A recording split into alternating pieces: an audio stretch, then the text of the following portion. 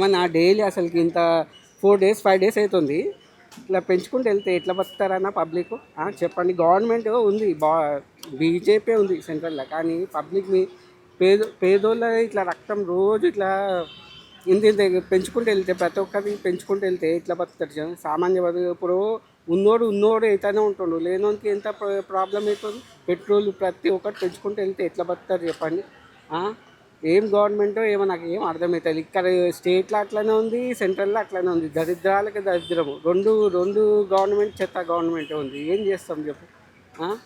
ఇంకా పెరిగే అవకాశాలు ఉన్నాయి, రానున్న రోజులు పెరుగుతాయని చెప్పేసి ఉండొచ్చు. ఎందుకంటే అది వాడైంది కదా, ఇది పెంచుకుంటూనే వెళ్తుంది వాళ్ళ ఇష్టము. ఇప్పుడు పెంచితే అన్నీ ప్రతి ఒక్కటి పెరుగుతుంది ప్రతి ఒక్కటి పెరుగుతుంది. మీకు అర్థమవుతుంది, వాళ్ళకి అర్థమవుతుంది. ఉన్నోనికైతే ఆడు ఏసీలో మంచిగా బతుకుతారు, లేనోడు ఏం చేస్తారు చెప్పు? ఎంత కష్టం చెప్పండి.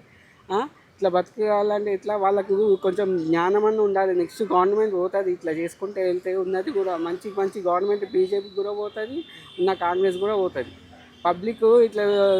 పబ్లిక్ని ఇట్లా ఊకే సతాస్తుంటే కాదు, మంచిగా కాదు. ప్రతి ఒక్క రేటు పెంచుడు ఏంది అసలు? లేనోడు ఎట్లా బతకాలి చెప్పండి? రేవంత్ రెడ్డి మాట్లాడుతూ వచ్చే 10 సంవత్సరాలకు నేనే ఉంటా అని చెప్పేసి అంటుండు కదా. 10 సంవత్సరాలు నెక్స్ట్ గవర్నమెంట్ పోతుంది, కాంగ్రెస్ పోతుంది, నెక్స్ట్ టీఆర్ఎస్ వస్తుంది. సెంట్రల్లో కూడా ఇట్లా ఏం చేస్తే బీజేపీకి కూడా మంచిది అనుకున్నాం, కానీ ఇట్లా పెంచుకుంటూ వెళ్తే బీజేపీ కూడా పోతుంది. వేరే గవర్నమెంట్ వస్తుంది, కాంగ్రెస్ కూడా రాదు.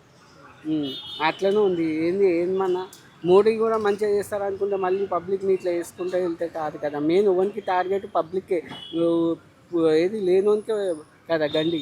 ఉన్నోడు ఏందన్న వానికి కొన్ని కోట్లు వస్తాయి ఒక రోజుకి. అలాగే నిత్యావసర వస్తువులలో గ్యాస్ కూడా పెరిగింది కదా, దాని పరిస్థితి ఏంటి? అవి కూడా పెరుగుతున్నారు మళ్ళీ. అవి ఇవ్వనికన్నా వచ్చే జీతాలు ఏం లేవు అసలుకి. జీతాలు పెంచి పని చేసుకోనికి కూడా ఏం లేదు. ఎట్లా బతుకుతారు చెప్పండి? ఇంత చెత్త ఇట్లా చేస్తుంటే ఎప్పుడు లేదు ఇలాంటి గవర్నమెంట్. అసలు ఈ ప్రభుత్వం తీర్పు ఏమంటారు? ఈ ప్రభుత్వ పాలన ఎట్లుంది? ఈ ప్రజెంట్ అయితే స్టేటా కాంగ్రెస్ అయితే వేస్ట్ అన్నారు. రేవంత్ రెడ్డి చాలా కాకుండా చేస్తుండు, ఏం రాదు. కేసీఆర్ అన్న కొంచెం బెస్ట్. నెక్స్ట్ కొన్న నుంచి ఎత్తాడు పెట్రోల్ డీజిల్ ఎత్తినప్పుడు వాళ్ళకి కొద్దిగా ఎంతో కొద్దిగా లాభం చూసుకుంటారు. మరి తాపకు ₹2 పెరుగుడు అంటే సామాన్యం మీద భారం కాదన్నది. మరి అదే ఎగ్జాంపుల్ చెప్తాను. రైతు 3 నెలలు 4 నెలలు కష్టపడి పంట పండిస్తాడు. పంట పండించిన తర్వాత ఆయనకు మద్దతు ధర పలకనప్పుడు ఇలాంటి ఎందుకన్నా అవసరమా? అంటే మా ₹2 పెంచితే లాభం వస్తుంది, నాకు 20,000 కోట్లు 50,000 కోట్లు లాభం రావాలి, నేను 25,000 కోట్లు నష్టం పోతానంటే ఆయన అప్పు తెస్తాడు అయిపోతుంది.